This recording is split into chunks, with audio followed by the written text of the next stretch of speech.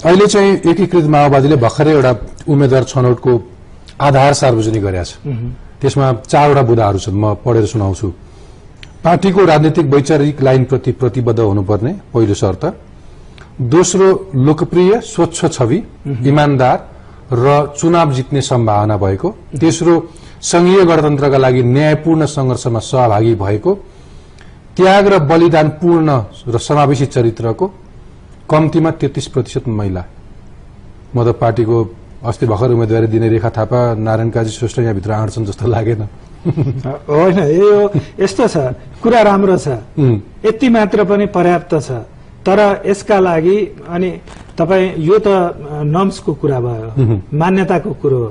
अब त्यो मान्यतालाई मापदण्ड कसरी बनाउनुहुन्छ, यो कसले जाँच गर्ने हैन? तपाईँ एउटा बाइबलमा एउटा कथा छ है, एकदमै राम्रो।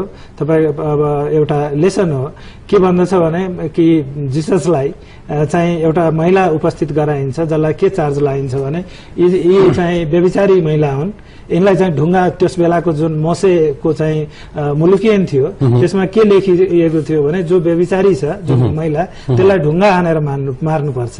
अनि जिससको बारेमा उनी त प्रशिक्षार्थी भएर भएर पनि काम गर्दथे।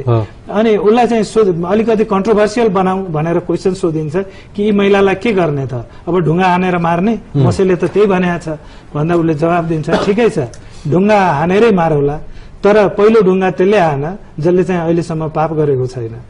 यो पहिलो ढुङ्गा हान्ने मान्छे खोज्नु पर्यो तपाईको।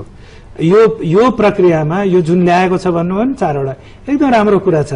तर त्यसको हिसाब किताब त्यसले गर्नु पर्यो जसको हातमा रगत लागेको छैन, मैलिएको छैन, जसले चाहिँ हिजो देशलाई व्यथिति गराएन, भविष्यका लागि जो प्रेरणादायी छ उसलाई दिनु पर्यो नि त। हो, त्यो प्रक्रिया, त्यो इन्स्टिट्युसन चाहियो। मापदण्डको कुरो त्यो हो कि अब त्यो मापदण्ड दिन सक्नु भएन भने तपाईँ, अनि यो के हो भने यसबाट फेरि मान्छे झुकिन्छन् हैन?